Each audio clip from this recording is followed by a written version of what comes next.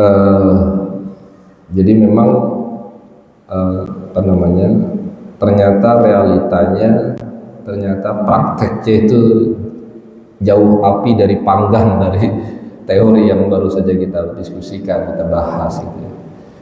Tetapi kan dalam kaidah agama itu ada kaidah yang menyebutkan ma la yudraku kulluhu la yutraku kulluhu gitu ya. Kita nggak mungkin bisa mengubah semuanya gitu, memperbaiki semuanya gitu. Tapi tidak juga kemudian kita tinggalkan gitu ya, sebagiannya gitu. Artinya kita bisa melakukan hal-hal yang terkecil dulu gitu, sehingga kemudian kita sampai kepada hal-hal yang terbesar gitu. Itu kaidah usul fikih itu mengatakan seperti itu.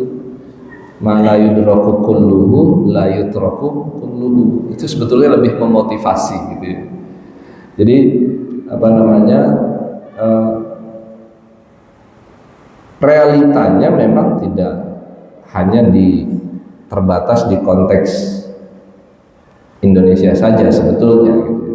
Secara umum kan sudah tadi saya sampaikan bahwa kita itu terbelakang sebetulnya. Kita itu ketinggalan jauh dari apa namanya, pendidikan katakanlah barat, non muslim. Itu kan menjadi tanda tanya yang sangat besar gitu ya. Salahnya itu di mana gitu. Mulainya dari mana nih gitu ya. Maka kemudian seperti yang tadi saya sampaikan, kita bisa mulai dari diri kita, dari keluarga kita, kemudian kita tetangga kita, kerabat kita, untuk sampai kemudian kita sebagai tambahan saja ya, mungkin apa namanya, seperti yang saya pernah dengar gitu ya, di Malaysia saja memang profesi pendidik itu luar biasa tinggi apa namanya penghargaannya gitu ya. Bagaimana kemudian yang namanya pendidik itu di Malaysia itu sangat betul-betul dihormati gitu ya. Jadi tidak hanya secara materi saja gitu ya. Jadi secara kehidupan masyarakat gitu ya, itu memang betul-betul dihormati gitu ya. Jadi profesi sebagai pendidik di Malaysia itu luar biasa tinggi sekali levelnya para jamaah gitu ya. Nah di kita juga sebetulnya bisa gitu ya.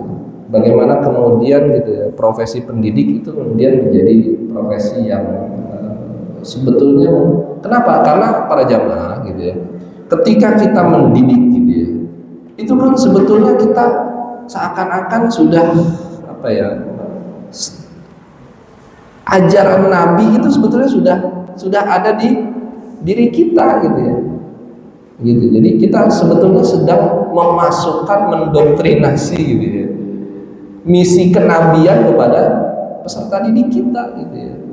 Jadi tidak hanya kemudian kita ya sebagai pendidik ya udah jadi pendidik aja, enggak gitu ya. Jadi misi kita itu sebetulnya sama Nabi gitu ya. Maka bisa dibilang ya tugas kita itu ya seberat tugas Nabi kalau gitu ya, sebagai seorang pendidik gitu ya.